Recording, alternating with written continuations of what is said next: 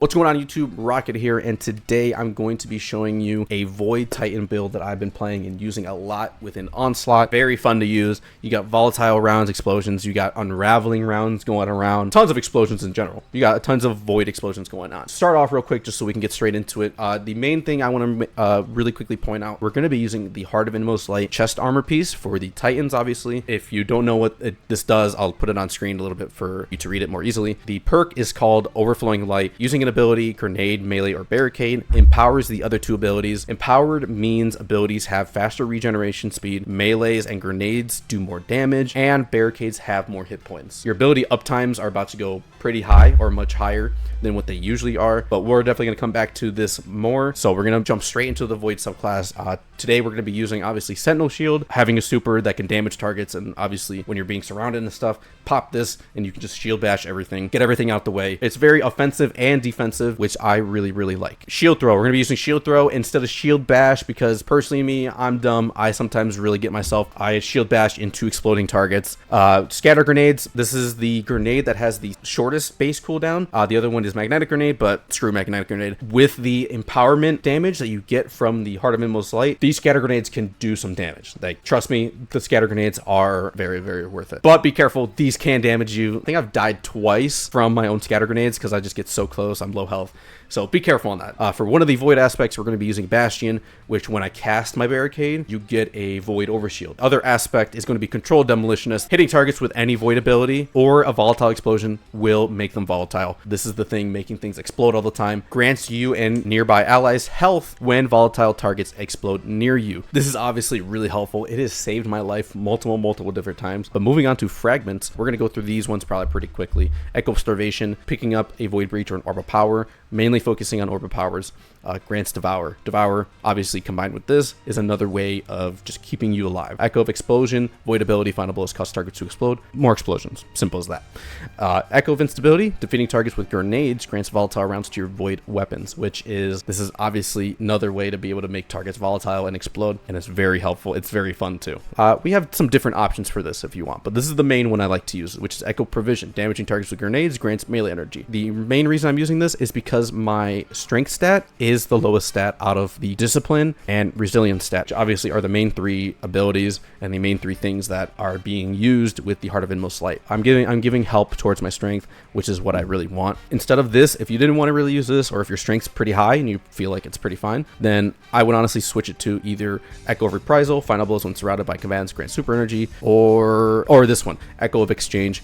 Maybe your grenade's pretty low and stat wise, melee final blows grant grenade energy. So you can kind of definitely play around depending on which stat is lower, at least within your grenade and melee, or strength and discipline. Definitely personal preference, but for me, I definitely want to help out my strength, so I'm going to be using Echo of Provision. But that's basically the subclass. Moving on to the armor, we're going to go through these pretty quickly too, because this is just what I use. Obviously, stats and stuff like this can definitely differ between people, but for me, I use Heavy Ammo Finder. Since we have our grenade at 100 discipline, ashes to assets, gain bonus super energy on grenade kills. Obviously, we're getting energy towards our super more and more often from our grenade, which is obviously very good. And lastly, we have Harmonic Siphon, rapid Void weapon final blows, create 8 orb power. For our gauntlets, we're going to be using bolstering detonation, grants class ability energy when you damage a target with your grenade. Next, I have Font of Vigor. Again, we have my strength is a low. When I grab an orb of power, it activates right away, and it'll boost my stats of my strength from 52 up to 82 just by having it active and on. Well, that reduces just the melee cooldown just even a little bit. Next, I use Firepower. This did get nerfed to where if you only have one, you have to wait on a 10-second cooldown to be able to activate Firepower again. So when you get a grenade kill, an orb of power will spawn. You won't be able to create another orb with your grenade for another 10 seconds,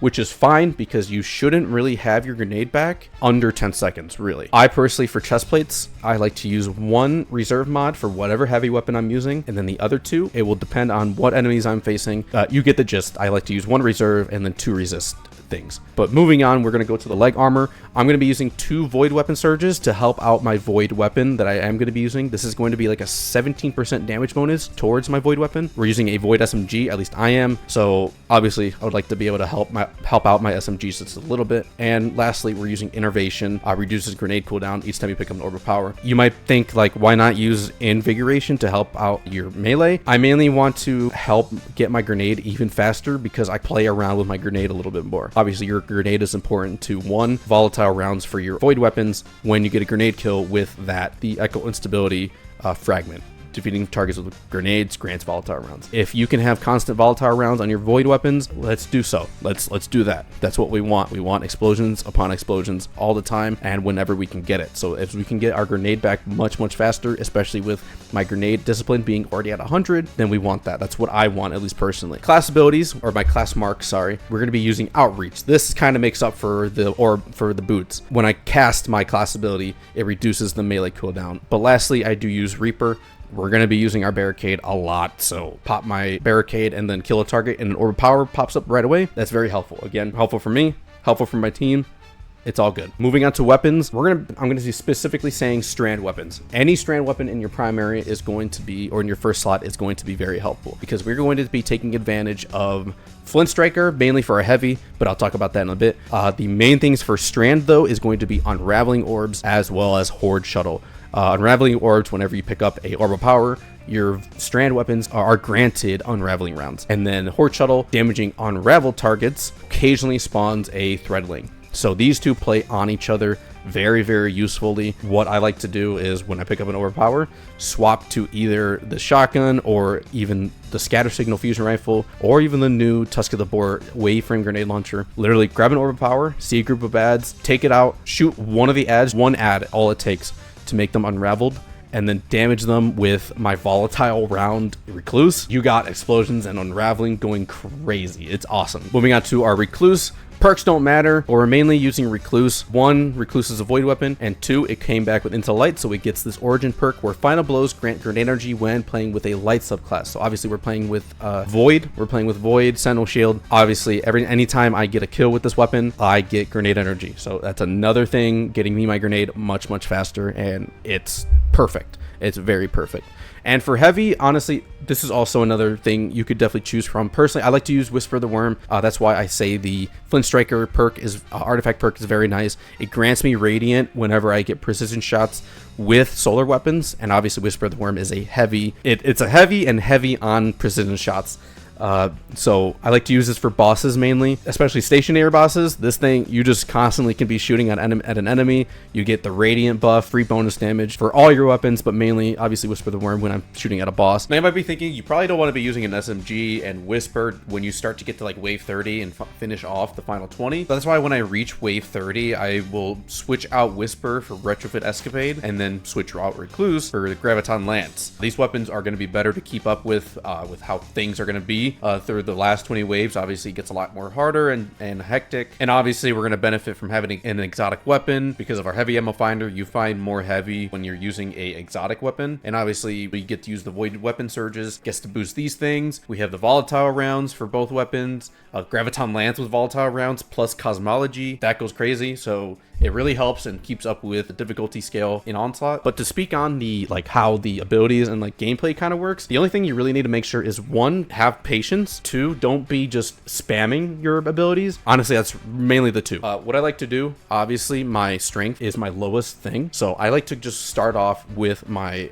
shield throw. I will shield throw, great, I get my overshield and then make them volatile, awesome. The next thing I would use is going to be activating my barricade. I would activate my barricade whenever I can, and obviously that leaves my grenade. You don't want to just use your grenade on one target or anything. Just because you have the bonus damage from Heart of Inmost Light, you definitely don't want to just chuck your grenade just because the bonus damage is active. No, you're fine. As long as the other two abilities are just filling up very slowly with each other, they're kind of going up, and you find a big group of targets, then throw your grenade at those targets. Obviously, as soon upon impact on those targets, you're going to get some energy for those two, for the strength and your shield. It's just constant. So you just need to be patient. That's what I'm trying to say. Shield throw, barricade, make sure you got some targets to actually even use your grenade. And obviously, hopefully, if you kill any enemies with that grenade, void weapons will start to become volatile. Then you can start using your weapons to make enemies volatile, while your abilities start to slowly come back up too. And yeah, it's a constant flow. I think I'll be having gameplay in the background, or however I'm really doing this video, but it's very helpful. Shield throw first, then your barricade, and your grenade should be last. If your abilities start to kind of like, okay, now you don't have your grenade, but you have your shield throw specifically and your barricade, then I mean, there's nothing wrong with that, obviously. Just be patient,